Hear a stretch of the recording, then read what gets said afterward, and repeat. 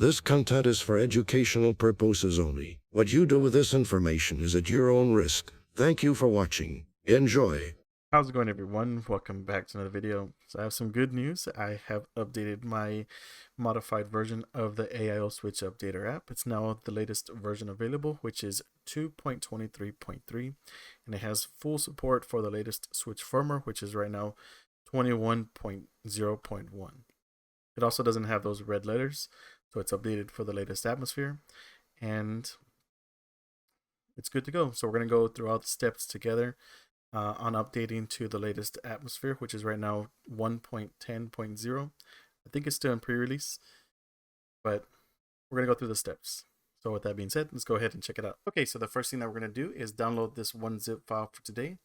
So if you look in the description down below, there's going to be several links, but one of them should say click here to download the TheOtherSide Aio-switch-updater app. Once you click on that link, it should take you to my GitHub release page that should look something like this.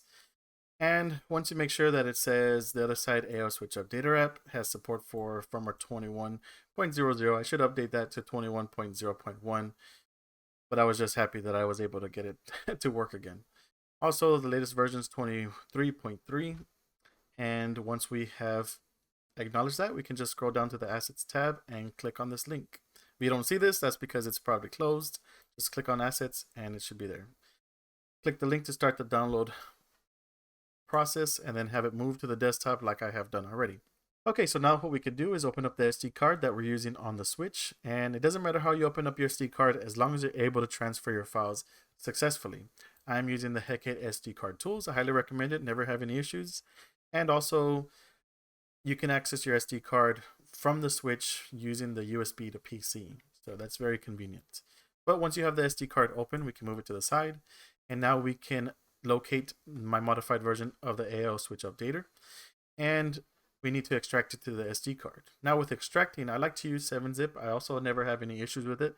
So if you want to follow along with me with 7-zip, I'll have a download link in the description as well. But with 7-zip, I'm going to open the archive, and here we have a switch folder. So we want to extract this switch folder to the root of your SD card, and that's this beginning of your SD card without being inside any of the folders. So with that being said, you can highlight the folder, and then we're going to extract it to the root of the SD card. Try and put it somewhere down here in this empty spaces, so that way you don't accidentally put it inside a folder.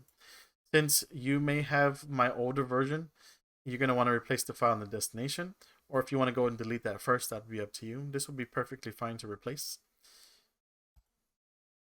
All right, so now we should be updated with the new modified version of the Aio-switch-updater app. Before we exit out and test it, we should, just as a precaution for any type of failures, we can go into the config folder, and if you already have a folder like this, you can go ahead and just delete it. This will minimize any issues when you're trying to update or downgrade if you try and use the modified version of the Aio-switch-updater app. But now that we deleted that folder, we are now done with the SD card, and we can go ahead and try it out. So I'm going to go back onto my Switch, and we're going to do the rest of the setup over there. Okay, so here on the Switch home menu, before we test anything out, in order for the app to work, you need to have an established internet connection already before entering the app. So if you see above my head, I'm already connected to my internet through Wi-Fi. And also another highly recommended thing is to use the app in HB menu without applet mode. So if you don't know what I'm talking about, if you go into regular album and go into your HB menu, above my head you'll see the red letters that says applet mode. Here you would not be able to use my app because you're not using the full resources of the Switch. So it's best to use this HB menu without applet mode, and there's two ways you can do this. You can do a title override or have a folder. So this is my custom folder. If you're interested in this, you can let me know in the comments and I can try and help you out as best as I can. But if you enter a folder, you'll not have those red letters saying applet mode, and you would be able to use the full power of the Switch with this app. The other way you can get in is with a title override, and what that means is that if you have an installed title already on your Switch, so for example, this is my installed title, you're going to want to hold the right Joy-Con and then hold down the shoulder button on the right Joy-Con and enter your title while holding the shoulder button. Keep holding it until you enter the HP menu without applet mode. And there's your 2 ways that you can get in. But just to, sponsor the channel, we'll use the folder. It does the same thing as long as you're able to get in without the applet mode. So now that we're inside HP menu without applet mode, we're going to want to locate this app. And here you'll have the Aio-switch-updater app. Just a little bit of FYI. I did not change anything with the app. Everything exactly the same as the way the developer created it. The only thing that I changed are the links that reference my packs on my GitHub. So all the credit is due to the dev. Thanks to the dev for updating it, especially for firmware 21.00. And we have the latest version of my modified version of the Aio-switch-updater app. It's a lot of words. And you'll know that it's my modified version because on this app here, you will probably have 2 if it's possible, but you'll know that it's mine if it says the other side on top of it. You'll see author eradicatinglove, and the version is the latest one, 2.23.3. But once you have an internet connection already established, no applet mode, we can go ahead and try it out. For those of you that deleted that folder or never had it, you'll have a custom greeting screen telling you about the information. You can just go ahead and pass through that, and then you'll be entering here. So like I said, everything is exactly the same with the Aio-switch-updater. I left credit to where it's due, right in the middle. It's to the dev. But if you have internet connection established, then you should be able to go to update atmosphere, and you would be able to see my OtherSide AMS current packs that I have there. I never asked y'all, but I don't know if you would be interested if I were to add the links to my older atmospheres as well, or you're okay with just the latest version of atmosphere. That would be up to you. Update bootloaders has the same thing, has the latest version of my OtherSide Hecate 6.4.1. I've also updated or uploaded my firmwares directly from my switch, so I have added the 21.0.1, in which we're going to do in this video after we finish setting up the CFW. It's always best to do the CFW first, so that way you already have support for the current firmware that you're trying to go up to.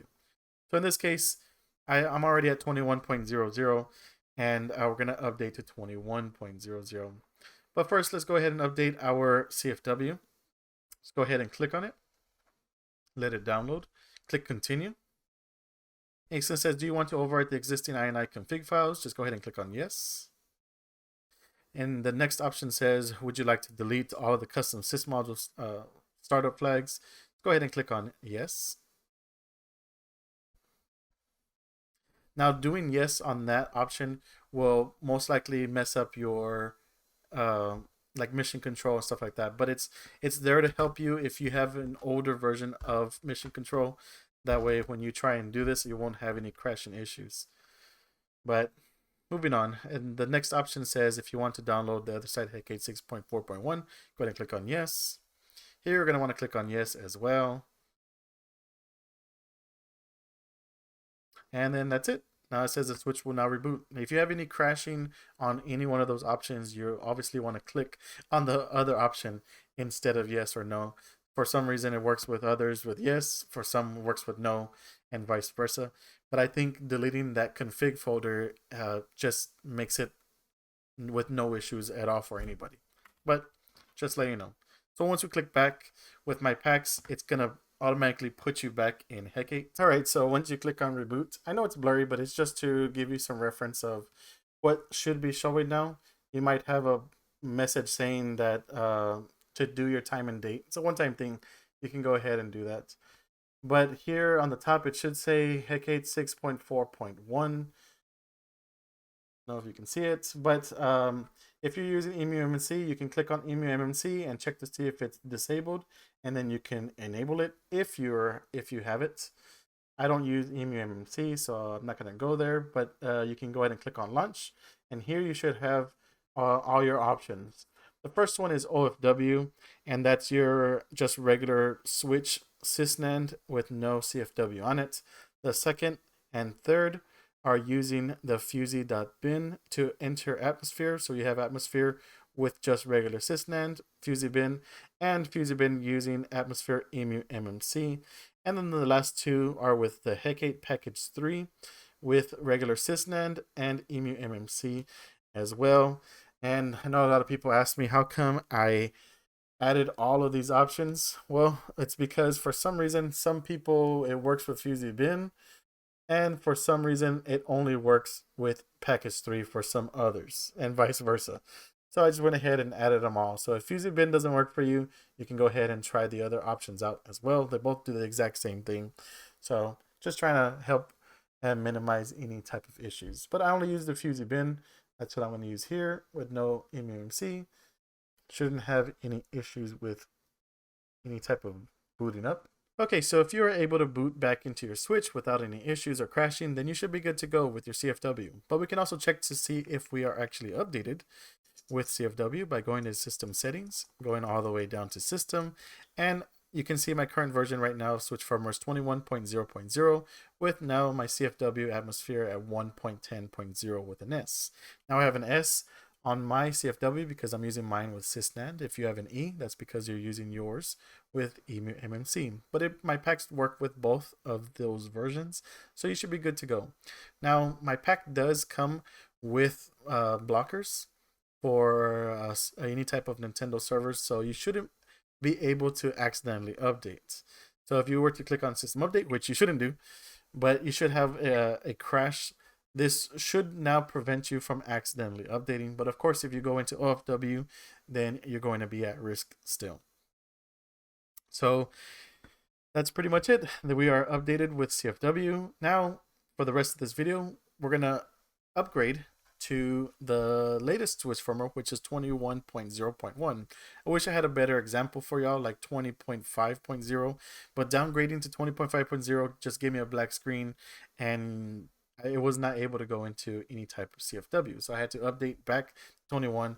So I wish I had a better example, but at least for those of you that are going to use this modified version of the Aio-switch-updater app, you can follow this instructions to get to the firmware that you want to go up to. So in this case, we're going to go up to 21.0.1. So now we can go back into my modified version of the Aio-switch-updater app. And with that, we can go into the HP menu without applet mode. Make sure that we are already connected to the internet before going back into my modified version of the Aio-switch-updater app. And now we can go into download firmwares. So here I've added my firmware 21.0.1. Go ahead and click on it, start the download process. All right, so once it finishes extracting, it says, do you want to launch Daybreak to install the downloaded sysupdate? For some reason on the older version, it always crashes. So I don't like to do this option. I always click on no. And we're going to go into Daybreak ourselves. So once we're here, we're going to go ahead and just get out of it by pushing plus. We're going to go back into the HP menu without applet mode. And now we're going to go to Daybreak. So once we're in Daybreak, we're going to click on install. We're going to locate that firmware folder, which should be located here in firmware. And here we go. We have 21.0.1. We're going to go ahead and enter it. So now it's going to validate. The purple option is the option to pick. So we're going to go ahead and click on continue. We're going to always keep preserve settings. We're always going to install FAT32 plus exFAT. Make sure the purple is on that. And then we're going to click on continue. So now it's going to do its thing with updating to 21.0.1. Now we're going to go ahead and reboot. And with my packs, it's always going to go back into Hecate. So once you get back into Hecate, then launch back into Atmosphere.